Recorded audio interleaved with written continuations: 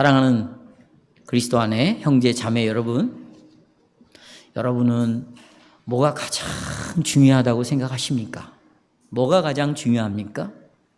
뭐가 중요하기에 그것을 위하여 시간과 노력을 쏟아붓습니까? 여러분이 그것을 중요하다고 생각한다면 여러분은 그것을 위하여 살 것입니다. 여러분은 무엇을 위하여 사십니까?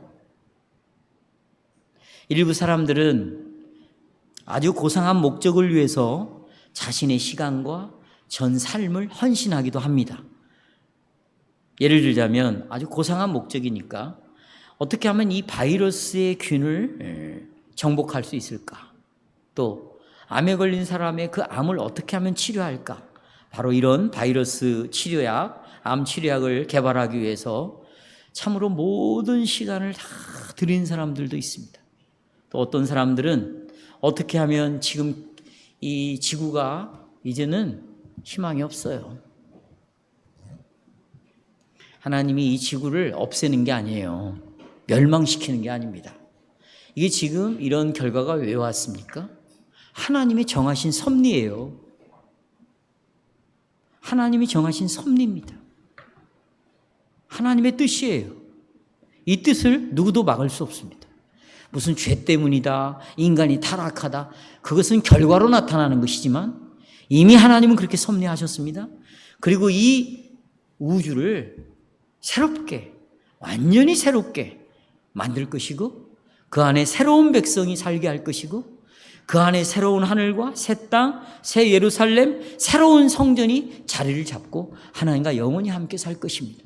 여러분, 이런 모든 것들이 우리의 인간의 노력의 결과로 올 수 있다고 생각하십니까?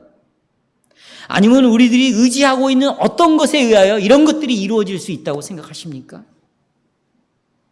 이 세상에 있는 것으로는 이런 것을 만들어낼 수가 없습니다. 오로지 하나님으로부터 오는 것이고 그리스도 안에서 이루어지는 것이죠. 그래서 많은 사람들이 고상한 목적을 위해서 어떻게 하면 환경을 보호할 것인가, 또 동물을 어떻게 하면 보호할 것인가, 어떻게 이 세상에 있는 가난함을 퇴치할 수 있을까, 그리고 식량의 문제를 어떻게 해결할 것인가, 이렇게 좋은 일을 위하여 헌신한 사람들이 많습니다. 하지만 대부분의 많은 사람들은 훨씬 더 이기적인 삶을 위해서 헌신합니다. 자기가 좋아하는 스포츠에 사로잡히고 취미 생활을 위해서, 또 사람 만나는 것을 좋아해서 이 사람 저 사람을 만나 즐기면서 시간을 사용을 합니다. 또 어떤 사람은 부를 얻기 위하여서, 어떤 사람은 자기가 목표를 정해놓은 그 성공을 위하여 힘을 쏟기도 합니다. 그것은 다 뭐와 관련되어 있습니까? 내가 오늘도 이야기했지만 내가 목표를 정해놓고 성공하기를 원한다. 이것을 하나님을 위한 것이다. 여러분, 이런 말을 쓰는 것은 하나님의 이름을 욕되게 하는 것입니다. 여러분이 어떤 목적을 정해놓고 나는 이것을 이루는 것이 누구의 이름을 위한 거다? 아니, 하나님이 언제 여러분에게 그런 일을 이루라고 했어요? 네? 우리가 공부했습니다. 수요일 날 십계명을 공부하면서 고재수 교수가 이런 말을 했습니다. 나는 하나님의 뜻을 따라서 목사가 되기로 작정을 하고 신학교에 왔다. 신학교에 오는 것은, 내가 전도사가 되고 목사가 되는 것은 하나님의 뜻이다. 이것은 하나님의 이름을 더럽히는 말이라는 거예요. 언제 당신을 신학교 가라고 하나님이 말씀하셨어요? 언제 목사가 되라고 했습니까? 하지 않았다는 거예요. 네가 원해서 온 것이 아니냐는 거예요. 여러분, 하나님의 이름을 그런 데다가 붙이는 게 아니에요. 내가 어떤 목표를 정해놓고 이건 하나님을 위하여 하는 거야. 내가 대학에 들어가는 게, 직장에 들어가는 게, 결혼하는 게, 이 여자와 이 남자와 만나서 결혼하는 게 하나님이 정하신 것이야. 이런 말을 왜 합니까?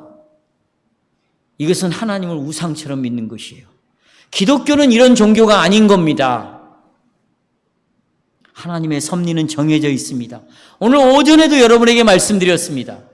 그 아들을 여인의 후손으로 보내가지고 그 여인의 후손이 용의 머리를 부수고 하나님의 백성들을 자기 백성, 자기 제사장의 나라로 삼고, 그리고 그들을 그리스도 안으로 불러 모아서 참교회를 이루는 그리스도의 통치를 받고 그 안에서 살아가는 백성들의 모임, 이것이 이미 창세전부터 하나님이 계획해 놓은 것이에요.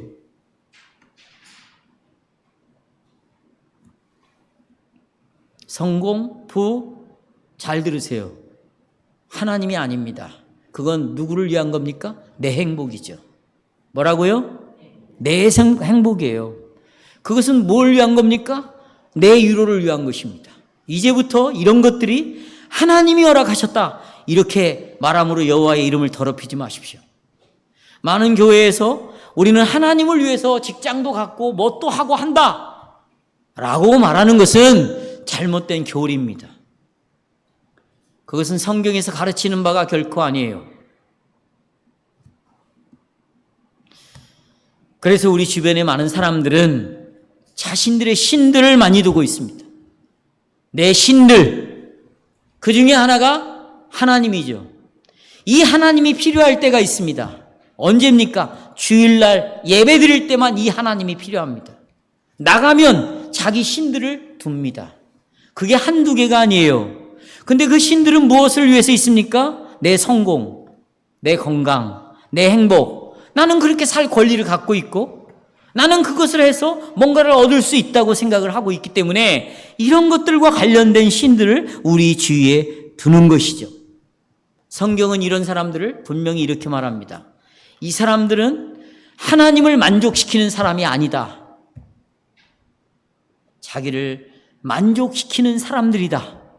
그렇다면 자기를 만족시키는 사람은 그 삶 자체가 죄 가운데 빠져 있는 것이고 그걸 추구하면서 하나님을 떠나는 삶을 사는 것이고 정죄를 받아 마땅하다. 왜 그렇습니까? 그들의 일들에서 자기의 삶을 추구하기 때문입니다. 여러분은 결코 예수 그리스도 밖에서 참된 만족을 발견할 수 없습니다. 내가 대학에 합격해도 직장에 들어가도 좋은 사람을 만나서 결혼을 해도 돈을 벌어도 절대로 만족할 수 없습니다. 그런데 우리는 거기다가 예수를 붙여놓고 하나님의 이름을 붙여놓고 그걸로 만족을 얻을 수 있다고 생각을 하는 것이죠. 성경이 분명히 말합니다. 요한복음 3장 18절에서 예수 그리스도를 믿는 자는 심판을 받지 아니하는 것이요 믿지 아니하는 자는 하나님의 독생자의 이름을 믿지 아니함으로 벌써 심판을 받았다고 말하고 있고, 요한복음 3장 36절에서는 아들을 믿는 자는 영생이 있다. 아들 안에서만 영생이 있다. 아들을 믿는 믿음 안에서만 심판을 당하지 않는다. 분명히 말하고 있습니다. 아들을 순종치 아니하는 자는 영생을 보지 못하고 도리어 하나님의 진노가 그 위에 머물러 있다. 정리하자면 참된 기쁨과 평강은 이 세상이 주는 만족에서 절대로 발견할 수 없습니다. 참된 기쁨, 진정한 평강은 예수 그리스도 안에서 하나님과의 관계 속에서만 이 기쁨과 평강을 발견할 수 있습니다. 그렇다면 하나님과의 올바른 관계를 가지고, 성도 여러분, 이게 의예요. righteousness라는 이 의라는 단어는 하나님과 올바른 관계 속에 있는 걸 의라고 말하는 거예요. 따라서 하나님과 올바른 관계. 근데 우리의 노력으로는 이 하나님과 올바른 관계를 맺을 수가 없습니다. 왜냐하면 우리는 날마다 죄를 범함으로 하나님과 올바른 관계를 깨는데 아주 익숙해 있기 때문에 스스로의 노력으로는 하나님과 올바른 관계를 맺을 수가 없어요.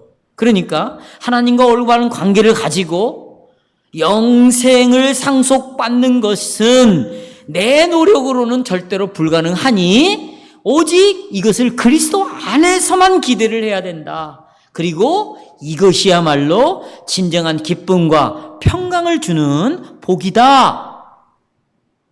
우리는 이것을 신앙으로 고백을 합니다. 그래서 이 세상에서 내가 중요하다고 여기는 것, 그것은 결코 우리에게 올바른 관계를 맺게 해줄 수가 없고, 내가 목숨을 걸고 헌신하는 것, 그것은 결코 우리에게 영생을 상속받게 해줄 수 없는 것이에요. 그것들은 다 일시적인 것입니다. 현세적인 것이에요. 잠깐입니다. 네온사인과 같아요. 근데 거기다가 하나님의 이름을 붙이고 하나님을 위해서 한다. 그것은 잘못된 기독교 안으로 들어온 사람입니다. 그런 기독교는 성경에서 말하고 있지 않다. 그래서 오늘 저는 하나님께서 당신의 백성에게 하나님과 올바른 관계, 또 영생을 주시는 방법이 있습니다. 의를 주시는 방법, 영생을 주시는 방법이 있어요. 거기에 초점을 맞추려고 합니다. 어떻게 하면 우리가 그리스도의 의에 참여할 수 있는가? 그리스도가 주시는 영생을 나의 영생으로 받을 수 있는가 하는 그 방식에 초점을 맞추려고 합니다. 그래서 저는 이렇게 주제를 정했습니다. 예수를 주로 믿는 모든 사람에게 의와 생명을 주신다. 두 가지를 말씀드립니다. 이 선물은 은혜로 주어집니다. 둘째, 이 선물은 믿음에 의해서 주어집니다. 이것이 의와 생명을 받는 방식이에요. 은혜로 주어진다. 뭘로 주어진다? 믿음으로 주어진다. 하나님의 은혜로 주어지는 선물입니다. 사랑하는 성도 여러분, 우리는 몇 달 동안 사도신경에 나와 있는 여러 가지 믿음의 조항들을 다루었습니다. 이 믿음의 조항들은 보편적이고 의심할 여지가 없는 하나의 보편적인 교회의 신앙의 조항들이다. 창세기부터 계시록까지, 그리고 초대교회부터 지금까지 교회라면, 하나님이 주님이 세우신 교회라면 이 신앙의 고백을 해왔어요. 우리는 그것을 우리의 신앙으로 고백하고 우리가 또 그것을 믿어왔습니다. 조금 전에 우리는 예배 시간에 이 사도신경을 노래로 불렀습니다.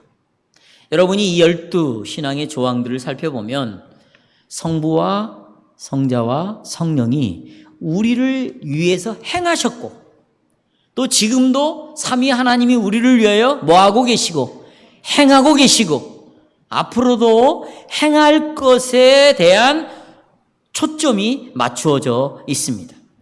그래서 우리는 지난 주일에 우리는 몸의 부활과 영생을 믿습니다 라는 조항을 살펴보므로 사도신경의 공부의 결론을 맺었습니다. 자, 이제부터 중요합니다. 그렇다면 이 12개의 조항을 우리가 공부했다면 도대체 12개의 이 조항이 우리에게 어떤 도움이 되냐는 겁니다. 우리가 12개의 조항을 믿는다고 말했습니다. 믿는다고 말했다면 이것이 우리에게 어떤 유익을 주는가? 그것이 59문답입니다. 우리 교리문답의 용어로 하자면 이 모든 것을 믿는 것이 당신에게 지금 어떤 도움을 줍니까?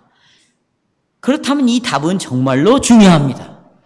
왜냐하면 이 답은 우리의 생명이 달려있는 문제입니다.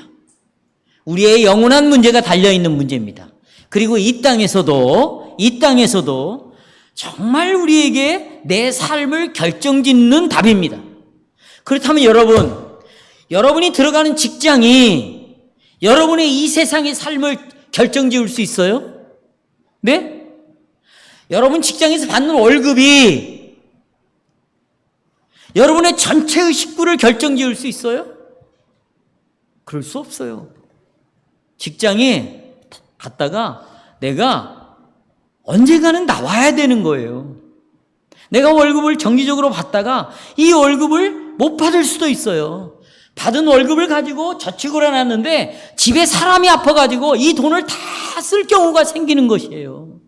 그러니까 여러분들이 지금 이 세상에 가치 있는 것이고 유로를 준다고 생각해서 의지하고 있는 것들이 결코 우리에게 영생과 우리에게 하나님과의 올바른 관계를 이루어질 수가 없다.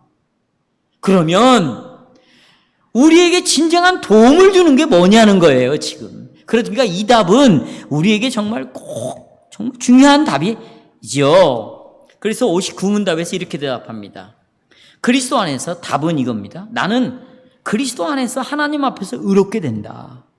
또 영원한 생명의 상속자가 된다. 여기 이 한 줄에서 여러분은 복음의 교훈을 얻어야 됩니다.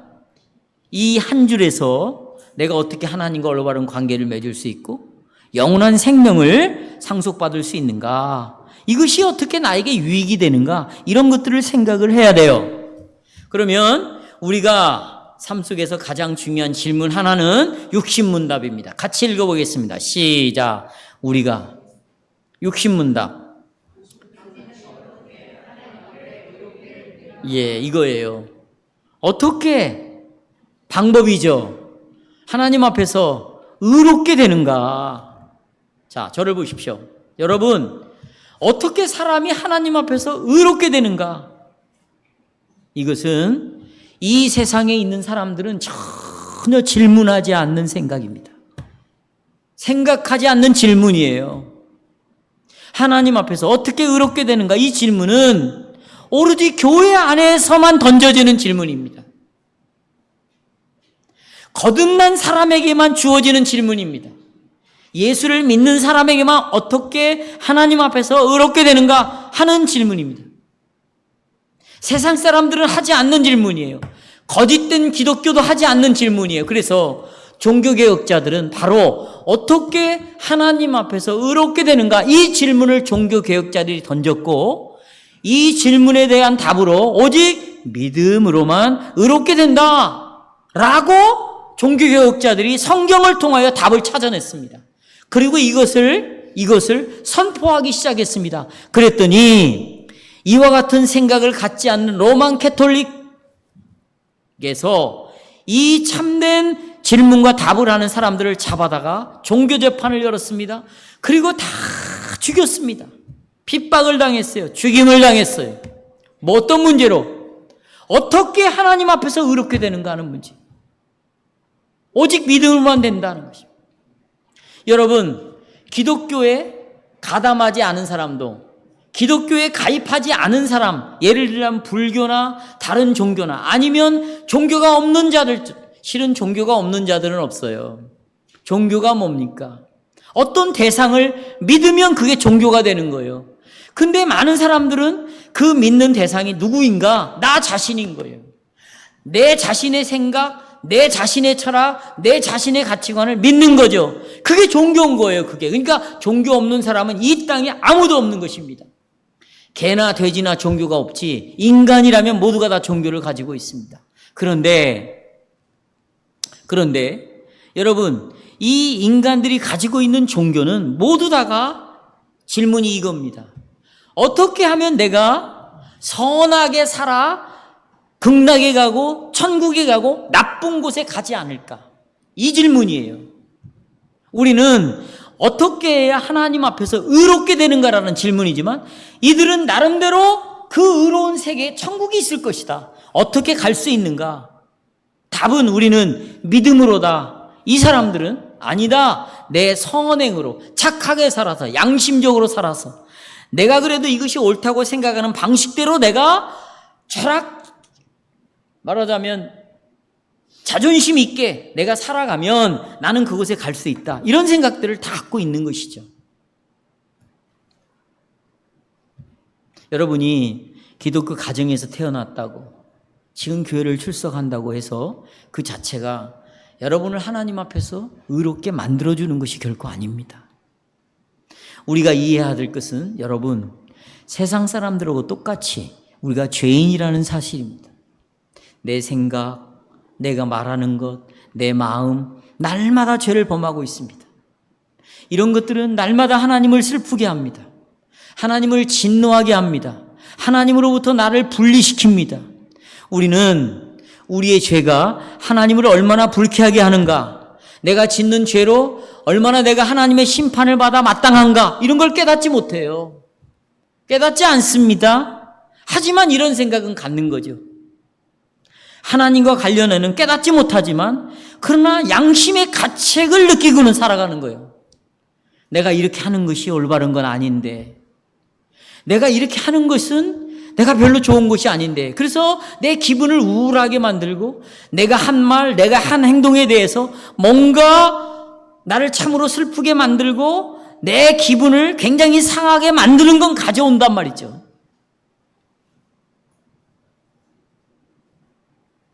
우리가 죄를 지었다는 것과 우리 죄가 정죄를 받아 마땅하다는 것을 우리는 어떻게 알 수 있습니까? 성경은 말합니다. 양심을 통해서 알 수 있다는 거예요. 성경은 그만두고 뭘 통해서? 그걸 우리 교리문답이 이렇게 말합니다. 60문답 보십시오. 중간에. 내가 슬프게도 하나님의 모든 계명에 거스려서 심각하게 죄를 범했다고, 또 모든 계명들 중에 어느 하나도 결코 지키지 않았다고, 아직도 모든 악으로 향하는 성향을 가지고 있다고 뭐가 고소해요? 내 양심이 고소한다. 보십시오. 내가 짓는 죄가 하나님을 슬프게 한다? 하나님으로부터 정죄를 받는다? 내가 하나님의 진노 아래 있다? 이런 생각은 못하지만, 그러나 양심들이 있기 때문에 내가 이렇게 살아가는 것이 그렇게 유쾌하지 않는다. 난 참 나쁜 놈이다. 내가 겉으로는 내가 포장을 해서 이렇게 말하지만, 그러나 내 양심은 너처럼 더러운 놈이 없는 자야 라고 말한다. 이렇게 하는 것은 바로 양심이 우리에게 그렇게 고소를 한다. 양심을 통해서 그래도 내 자신이 어떤 길을 가고 있는가를 나에게 거울처럼 비춰준다. 우리의 양심은 정말 양심대로 자기를 바라보는 자는 정말 내가 얼마나 죄악되고 허물이 많은가 분명히 양심이 말합니다. 내가 정말 어떤 악한 생각을 갖고 살아가는가 분명히 우리에게 양심을 분명히 말합니다. 그렇다면 여러분, 우리 교리문답은 우리가 가지고 있는 이런 딜레마, 아무리 양심이 내 모습을 보여줘도 내가 지은 죄에 대하여 해결할 능력이 없는 게 내 양심입니다.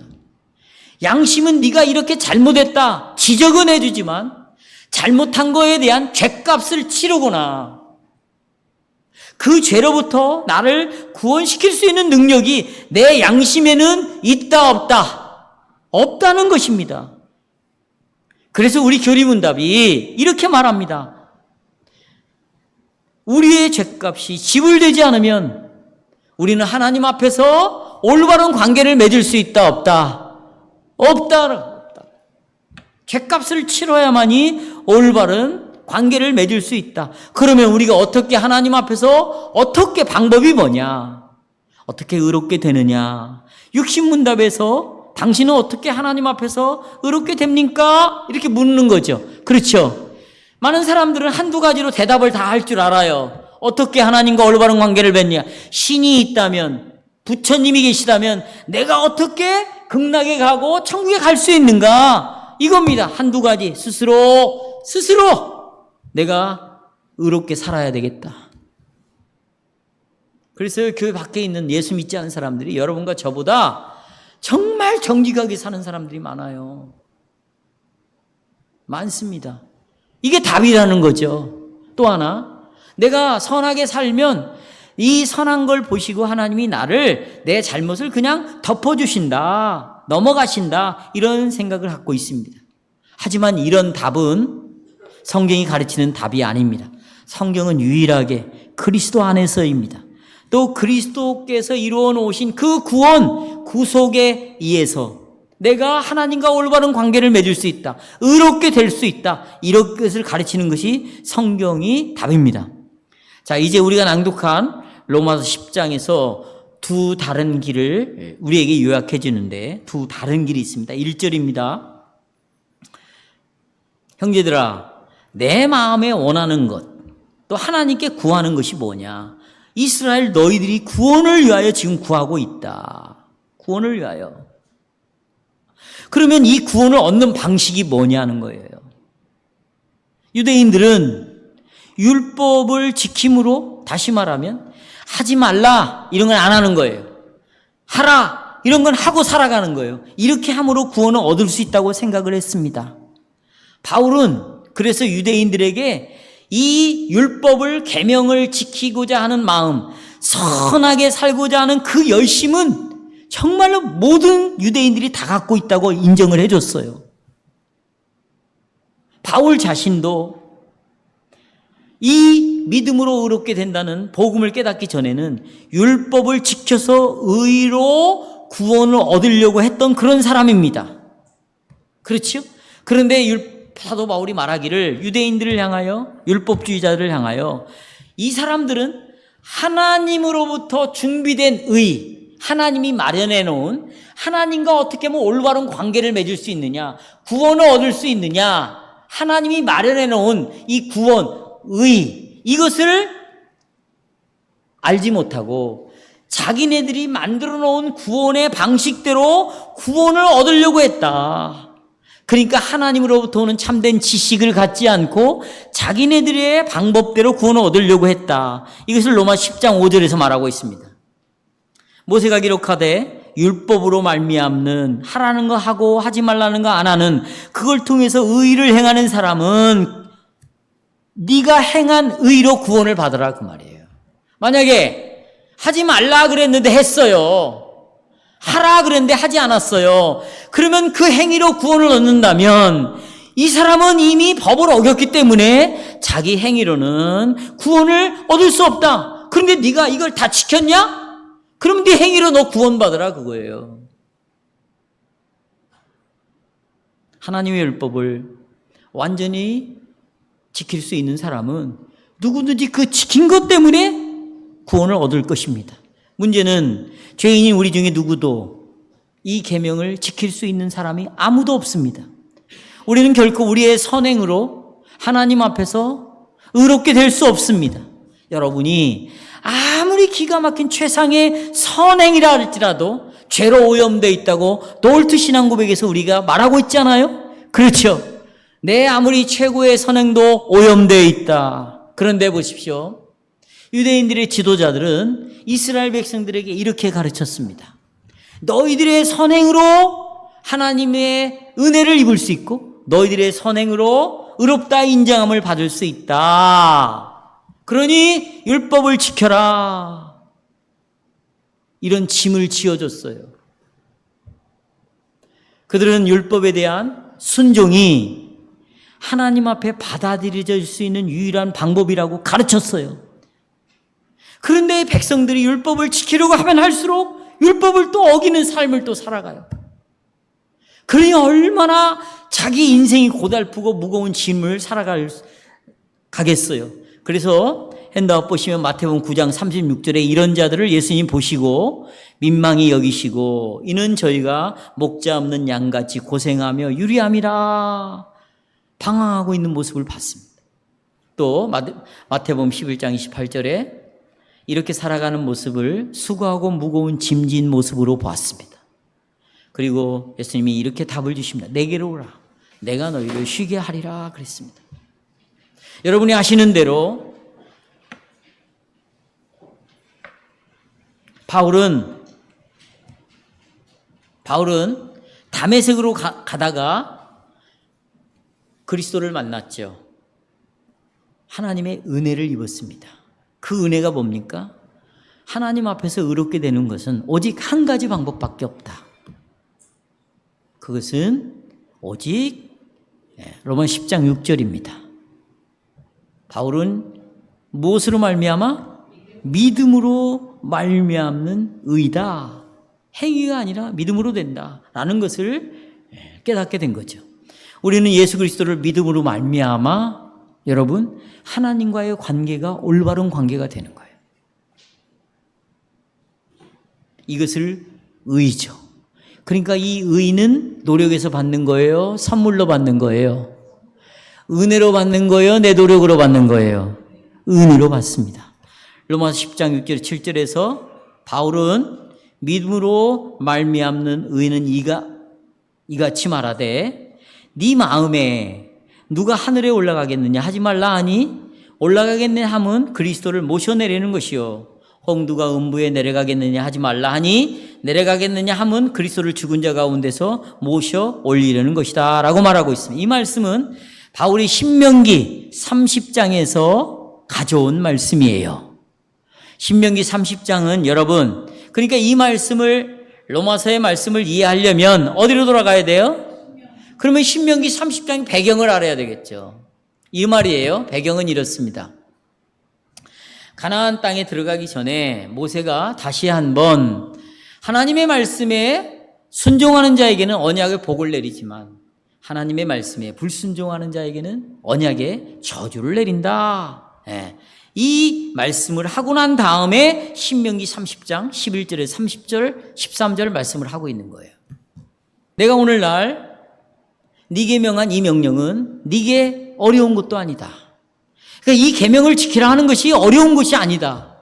먼 것도 아니다. 하늘에 있는 것이 아니니 네가 이르기를 누가 우리를 위하여 하늘에 올라가서 그 명령을 이 계명을 우리에게 가지고 와서 우리에게 들려 행하게 할꼬 할 것이 아니요 그랬습니다. 이것이 바다 밖에 있는 것이 아니니 네가 이르기를 누가 우리를 위하여 바다를 건너가서 그 명령을 우리에게 가지고 와서 우리에게 들려 행하게 할꼬 할 것도 아니니라 그랬습니다. 모세가 여기에서 말하고자 하는 것은 무엇입니까? 하나님이 우리에게 이렇게 살아라, 이렇게 살지 말아 살아서는 안 된다라는 이 언약의 율법이 내가 저 하늘에 올라가 가지고 가져온 게 아니다. 내려갈 수도 없는 바다 끝에 가갖고 이 계명을 어렵게 힘들게 가져온 것이 아니다. 그러면 이 율법은 어떻게 왔느냐? 하나님이 선물로 줬다는 거예요. 이 계명을 뭘로 줘요? 선물로. 가나안 땅에 들어가게 하신 것도, 애굽에서 출애굽한 것도, 가나안 땅에 들어가는 것도 우리가 노력해서 애굽에서 출애굽한 것도 아니고 노력해서 하나님 앞에 잘 보여서 가나안 땅에 들어가지 않은 것처럼 은혜로 값없이 선물로 주신 것처럼 이 계명도 누가 선물로 줬다? 하나님 앞에서 선물로 줬다. 로마서 10장에 말하고자 하는 것은 우리에게도 동일하게 적용됩니다. 여러분, 우리는 우리의 선행을 통해서 하나님의 사랑을 입거나 인정을 받거나 하나님의 복을 받거나 호의를 얻을 수 없다는 겁니다. 하나님께서는 그리스도 안에서 값없이 은혜를 우리에게 주셨습니다. 그러면 여러분, 은혜로 값없이 선물로 우리에게 의의를 주고 구원도 주고 영생을 주셨다면, 선물로 주셨다면 우리가 할 수 없는 불가능한 것을 우리에게 요구하실까요? 요구하지 않습니다. 예를 들자면 우리 보고 하늘로부터 그리스도를 모셔내려라, 죽은 자 가운데서 그리스도를 살려가지고 하늘로 올려보내라, 이게 우리가 할 수 있는 일입니까? 할 수 없는 일이에요. 여러분, 그리스도께서 이 땅에 죽으시기 위하여, 그래서 우리를 구원시키기 위하여 우리가 하늘로 올라가가지고 그리스도를 끌고 내려올까요? 그리고 십자가에 못 박게 할까요? 우리가 할 수 없어요. 그리스도는 하나님의 뜻을 따라 스스로 기뻐하는 마음으로 이 땅에 오셔서 십자가에 죽으셨어요. 우리가 끌어내려서 온 게 아니라고요. 또 그분이 부활하신 것, 3일 만에 다시 살아나신 것은 우리의 노력으로 그분을 살려낸 게 아니에요. 그분이 하나님의 능력으로 스스로 살아난 거예요. 그런데 우리의 구원을 스스로 노력을 해서 받으려고 그러고 스스로 이루려고 그러고 하나님과의 올바른 관계를 맺고 내가 하나님 자녀가 되고 하나님이 내 아버지가 되는 것을 내가 어떤 노력을 통해서 아버지와 자녀의 관계를 이루는 거예요? 그럴 수 없다는 것입니다. 여러분이 은혜로 값없이 믿음으로 말미암아 의를 선물로 받았어요. 그리고 난 다음에 여러분에게 너 이제부터 슈퍼맨처럼 살아라, 계명을 다 지켜라, 너 완전하게 살아라, 이렇게 하나님 우리에게 요구하지 않습니다. 요구하지 않아요. 분명한 것은 우리는 믿음으로 이 의의 선물을 받았습니다. 어떻게 구원을 받았습니까? 로마 10장 9절에서 이렇게 말합니다. 같이 읽겠습니다. 시작. 네가 만일 네 입으로 예수를 뭐라고? 주로 시인하며 또 하나님께서 예수님을 죽은 자 가운데서 살리신 것을 어디에? 마음에 믿으면 뭘 받는다? 이것이죠. 입으로 예수님이 나의 주인이십니다. 나는 마음이 중요해요. 마음으로. 이 마음으로 예수님이 죽은 자 가운데서 부활했습니다 라고 믿으면 그 믿음을 통해서 여러분과 저는 구원을 얻습니다. 이것이 성경 전체의 가르침이에요. 그래서 여러분, 이 성경 전체의 가르침을 사도 바울은 증명하기 위해서 성경에서 말하고 있는 거다. 이걸 증명하기 위해서 이사야 28장 16절을 로마서 10장에서 인용합니다. 자, 누구든지 저를 믿는 자는 뭘 당하지 않는다. 또 요엘 2장 32절을 또 인용하는데 누구든지 주의 이름을 부르는 자는 뭘 얻는다. 구원을 얻는다. 여러분, 예수 그리스도를 믿는 자는 절대로 부끄러움을 당하지 않아요. 부끄러움을 당하지 않는다. 이 말은 내가 영생을 얻고 의를 얻는 것에 있어서 문제가 생기지 않는단 말이죠. 나는 의를 얻었다고 확신하고 있어요. 영생을 얻었다고 확신하는데 보니까 의가 없는 거예요. 얼마나 부끄러운 일을 당하는 거예요. 절대로 그런 일은 없는다. 마음으로 누구를 믿으면, 예수 그리스도를 믿으면. 우리 교리문답은 정확하게 또 다시 말합니다. 육신문답. 당신은 어떻게 하나님 앞에서 의롭게 됩니까? 답, 오직 예수 그리스도에 대한 뭘로? 참 믿음으로만 얻습니다. 여러분, 우리는 우리의 의를 스스로 얻을 수 없습니다. 여러분, 우리는 스스로 하나님 앞에서 우리를 스스로 의롭게 할 수 있는 어떤 일도 할 수가 없어요. 오직 예수 그리스도를 믿는 사람에게만 의와 생명을 선물로 주십니다. 아멘. 그러니까 육신문답에서 중간에 보시면 이렇게 말합니다. 하나님께서는 여전히 나의 어떤 공로 없이 오직 뭘로? 은혜로 그리스도의 완전한 만족과 의로움과 거룩하심을 나에게 뭐 해주셔? 전가시켜 주셨습니다. 라고 말합니다. 이것은 하나님의 값없이 주시는 은혜의 복음입니다. 그래서 성도 여러분, 하나님께서는 이 예수 그리스도 외에 어떤 것에도 기대를 갖지 않는 사람, 예수 그리스도에게서만 구원을 기대하는 사람, 의를 받을 수 있다고 확신하는 사람, 영생을 받을 수 있다고 확신하는 이 사람들을 하나님이 보실 때 어떻게 보시는가? 의롭다고 보시는 거예요. 거룩하다고 보는 거예요. 죄를 한 번도 짓지 않은 사람처럼 봐주는 거예요. 예수님이 완전하게 순종하신 것처럼 우리를 그렇게 순종하는 사람처럼 봐주시는 거예요. 그러니 우리에게 의가 주어지는 거고 영원한 생명이 우리에게 주어지는 거죠. 무엇으로 말미암아? 믿음으로 말미암아. 그래서 두 번째 보시겠습니다. 이 선물은 믿음으로 주어지는 것이죠. 믿음으로. 육신문답 중간에 보면 내가 예수 그리스도를 믿는 참 믿음으로만 의롭게 된다는 거예요. 근데 참 믿음이 뭐냐? 끄트머리에 설명하고 있어요. 자, 여러분 보십시오. 훈민아, 자, 나를 봐봐. 우리가 예수를 믿음으로만 의롭게 된다. 도대체 믿음은 도대체 뭐냐? 어떻게 하는 것이 내가 믿는 것이냐? 궁금하잖아요. 근데 제일 마지막에 설명을 해놨어요. 거기 보시면 참 믿음이 뭐냐면 내가 믿는 마음으로, 그렇죠? 이 선물을 어떻게 한다면? 받기만 한다면 이게 믿음으로만이에요. 하나님께서 그리스도의 의를 선물로 주신대요. 그것을 내가 뭐 하기만 하면? 받기만 하면.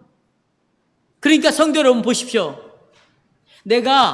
나는 믿음을 가지고 있어 라는 말과 나는 믿어, 이 말은 동일한 말이에요. 그런데 내가 믿음을 가지고 있다. 여기 봐요. 믿음을 가지고 있다라는 말은 어떤 믿음을 가지고 있다는 거죠? 그것은 믿음의 내용을 가지고 있다는 거예요. 나는 하나님이 주시는 선물을 믿어 라고 말할 때 이 믿음은 뭐냐? 믿음의 내용을 가지고 있다는 거예요. 믿음의 내용은 뭐냐? 믿음의 교훈이에요. 믿음의 교훈은 뭐냐? 디다케예요. 교리를 가지고 있어요. 교리. 그 믿음의 내용이 뭐냐? 믿음의 교훈이 뭐냐? 이것을 사도행전 16장에서 설명해 주고 있어요. 자, 저를 이제 보시면 됩니다. 16장에 바울과 실라가 두 번째 전도 여행을 떠나는데요. 어디로 가냐면 빌립보라는 지역으로 갑니다. 이 빌립보는 로마의 지배 아래에 있는 도시예요. 로마의 나라입니다. 근데 여기에 뭐가 있느냐? 이 정치범들이 있죠. 정치범. 로마의 황제나 로마를 대항하는 이런 사람들만 가두는 감옥이 있어요. 어디에? 빌립보에. 근데 바울과 실라가 그 감옥에 갇히게 되는 겁니다. 이유는 뭐냐면 아까 귀신 들린 한 여종이 있죠. 그 여종을 헬라 원문에서는 뭐라고 말하냐면, 더 정확하게 번역하냐면 뱀의 영을 가진 자, 귀신 들린 자가 아니고 뱀의 영, 용의 영을 가진 자다. 이걸 귀신 들린 자인데, 근데 이 뱀의 영을 가진, 여러분, 그러니까 제가 왜 이렇게 말씀을 드리냐면, 귀신 들렸다고 그러니까 막 미친 짓 하고 돌아다니는 사람을 말하는 게 생각하니까 그래요. 이 귀신들, 뱀의 영을 가진 이 여자는 정상이라니까요. 정상이에요. 그런데 이 뱀의 영을 가진 이 사람들은 여사제들이라고 불렀어요. 여사제들. 그러니까 여사제들은 빌립보에 있는 우상을 섬기는 데에 돕는 제사장들이에요. 선지자들의 역할을 했단 말이죠. 근데 이들은 다 귀신의 영을 받아가지고 미래를 예언합니다. 정확하게 맞추는 미래. 이해하시겠어요? 그리고 미래를 예언하면서 돈을 받아요. 이 돈을 누구한테 주냐? 그 신당을 운영하는 주인들이 있을 거 아니에요. 이 사람들에게 예언을 해서 받으면 이 돈을 그 주인에게 준다고 말이죠. 근데 한 귀신 들린 여자가, 여러분, 헷갈리는 여자가 아니에요. 사단의 영을 받아서 예언을 한다니까요. 그런데 이 여자가 바울과 실라를 절절절 따라다니면서 이렇게 말합니다. 16장 17. 이 사람들은 지극히 높은 하나님의 종이다. 정확히 알아냈어요. 그리고는 구원의 길을 너에게 전해주리라 그랬어요. 하나님의 종이다. 구원의 길을 알려줄 것이다. 그런데 이게 한 번만 말하고 끊는 것이 아닙니다. 계속 바울과 실라를 따라다니면서 너는 지극히 높은 하나님의 종이야. 그리고 이 사람들은 구원의 길을 알려줄 거야. 이 말을 계속하고 쫓아다니니까 주위에 있는 사람들이 이상하게 생각을 한 거죠. 그러면서 바울과 실라에게 악영향을 미치기 시작했어요. 귀신들도 저걸 알아보네. 귀신들이 아마 역사하는 모양이지. 저 바울과 실라는 귀신 들린 사람인가 보지. 이렇게 오해를 받고 복음을 전하는데 큰 방해 역할을 이 귀신 들린 여자가 한 거죠. 이해하시겠어요? 그러니까 바울과 실라가 예수의 이름으로 귀신을 쫓아내버리는 거예요. 그러니까 더 이상 미래를 예언을 못하게 되는 거죠.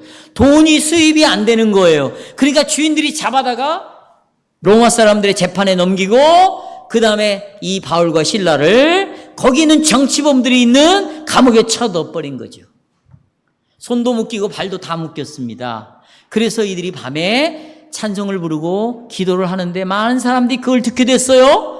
그런데 어떤 일이 벌어지느냐? 지진이 일어나더니 옥문이 다 열리는 거죠. 그리고 그 죄수들의 찾고 수갑이 다 풀어지는 거예요.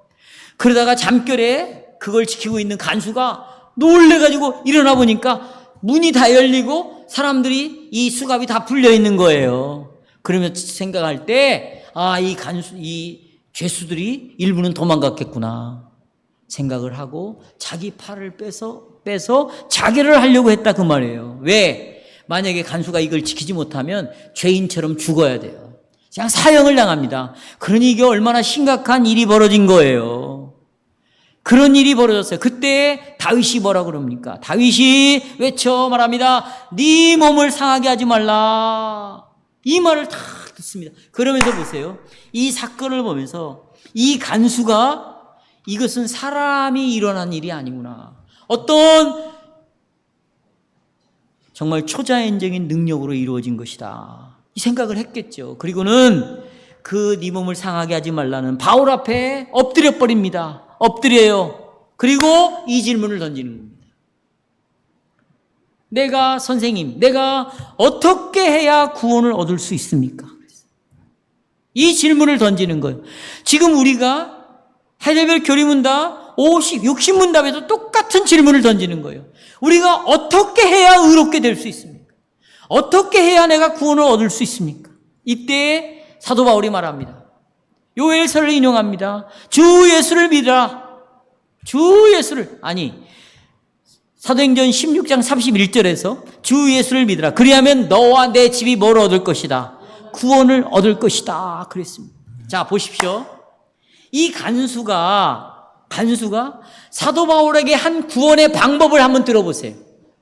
그리고 사도 바울이 간수에게 한 구원의 방법을 한번 비교해 보세요. 자, 이번에 간수가 구원을 얻는 방법을 이야기했어요. 내가 무엇을 행해야 뭘 얻을 수 있냐? 그러니까 구원을 얻기 위해서 간수는 무엇을 행해야 된다고 생각을 한 거죠. 그런데 사도 바울이 말하는 구원의 방법은 뭐냐? 주 예수를 뭐하라? 믿음으로만 구원을 얻는다. 네가 뭔가를 행해야 구원을 얻는 것이 아니다. 그러니까 간수가 구원을 얻기 위해서 할 수 있는 일은 아무것도 없습니다. 오히려 바울은 간수에게 예수 그리스도를 믿으라고 말합니다. 사랑하는 성도 여러분, 구원을 받는 오직 한 길이 있습니다. 자, 이제 말씀을 맺어가는데요. 여러분과 제 같은 죄인들을 위해 예수님은 보세요. 금을 주신 게 아니에요. 은을 주신 게 아닙니다. 성공을 주신 게 아니에요. 행복을 주신 게 아닙니다. 자기의 생명을 여러분과 저를 위하여 내어주시기 위하여 생명을 주시려고 이 땅에 오셨습니다. 이것이 복음입니다. 이것이 복음이에요. 그리스도께서는 어떻게 생명을 내놓으셨습니까? 우리는 죄인입니다. 죄는 반드시 하나님의 진노를 받게 되어 있습니다. 이 진노는 뭘로 나타납니까? 죽임을 당해야 돼요. 하나님으로부터 죽임을 당해야 돼요. 그런데 예수님이 내 대신 죽음으로, 내 대신 죽으심으로 자기의 생명을 우리에게 내놓으셨습니다. 그리고 그분은 3일 만에 다시 뭐 하셨습니까? 살아나셨습니다. 우리가 해야 할 일은 뭡니까? 아무것도 없습니다. 단순히 예수님이 행하신 이 일, 이것을 나의 구원을 위하여 받아들이면 되는 것입니다. 나의 구원을 위하여 뭐 하는 거예요? 이것이 바로 믿음으로 우리가 의롭게 되는 길이에요. 바울과 실라는 빌립보 간수와 그 집의 모든 사람에게 말씀을, 복음을 전했습니다. 그랬더니 간수는 이 바울이 전하는 예수 그리스도를 믿음으로 구원을 얻는 이것을 받기 위하여 바울 앞에 자기 식구들까지 다 데리고 나왔습니다. 그리고 이것을 식구들이 다 받아들였습니다. 그리고는 이들이 기쁨으로 충만했습니다. 성도 여러분, 우리는 어떠해야 됩니까? 여러분이, 우리가 지은 죗값을 지불할 능력이 있습니까? 여러분, 이 세상에 주는 어떤 것이 여러분의 죗값을 지불하고 여러분의 생명을 구원할 수 있는 이 세상에 있는 것 중에 어떤 것이 그렇게 할 수 있을까요? 아무것도 없습니다. 다시 묻습니다. 여러분의 삶에서 가장 중요한 것이 무엇입니까? 여러분은 무엇에 헌신합니까? 여러분 자신이 여러분을 구원할 수 있고 죗값을 치르고 있기 때문에 여러분의 자신을 그렇게 사랑하고 살아가는 겁니까? 여러분이 정한 뜻을 이루는 것이 여러분을 구원시키는 길입니까? 아닙니다. 오직 우리를 구원할 수 있는 유일한 길은 누구입니까? 예수 그리스도이십니다. 그리스도께서 여러분의 죗값을 지불하게 하여 죽으시고 예수님이 여러분에게 영원한 생명을 주시게 하여 살아나셨다는 것을 믿으시기를 바랍니다. 그리고 믿음으로 이 그리스도가 선물로 준비한 의를 여러분의 의로 받아들이시기를 바랍니다.